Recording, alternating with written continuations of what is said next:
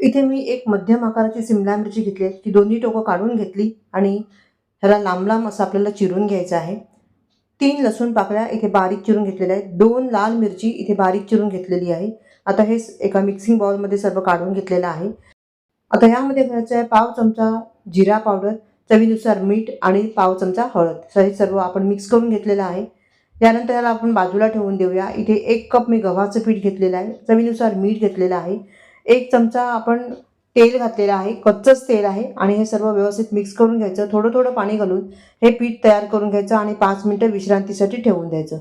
यानंतर ह्या पिठातला एक गोळा काढून घ्यायचा आणि त्याची एक पोळी लाटून घ्यायची छोटीशी. पोळीला तूप चोळून घ्यायचं, त्यावर पीठ घालायचं आहे सुकं. त्यानंतर स्टफिंग जे आपण तयार केलं होतं ते घालायचं. वरून पुन्हा पीठ पसरवून घ्यायचं आहे आणि ह्याला बंद करून घ्यायचं आहे. मोदक जसा करतो तसं आपल्याला हे वाळून घ्यायचं आहे. आणि आता ह्याचा पराठा लाटून घ्यायचा. पराठा थोडा जाडच ठेवायचा आहे. या पद्धतीने मी पराठा लाटून घेते. आता पराठा मस्त आपला लाटून झालेला आहे. आता ह्याला आपण शेकून घ्यायचा आहे. तवा गरम करत ठेवलेला आहे आणि आता पराठा जो आहे तो दोन्ही साईडने शेकून घ्यायचा. दोन्ही साईडने ह्याला मस्त असं तूप किंवा तेल लावू शकता तुम्ही आणि दोन्ही साईडने खरपूस पराठा आपण शेकून घेतलेला आहे. मस्त असा आपला हा पौष्टिक नाश्ता तयार झालेला आहे. आवडलं तर लाईक करा.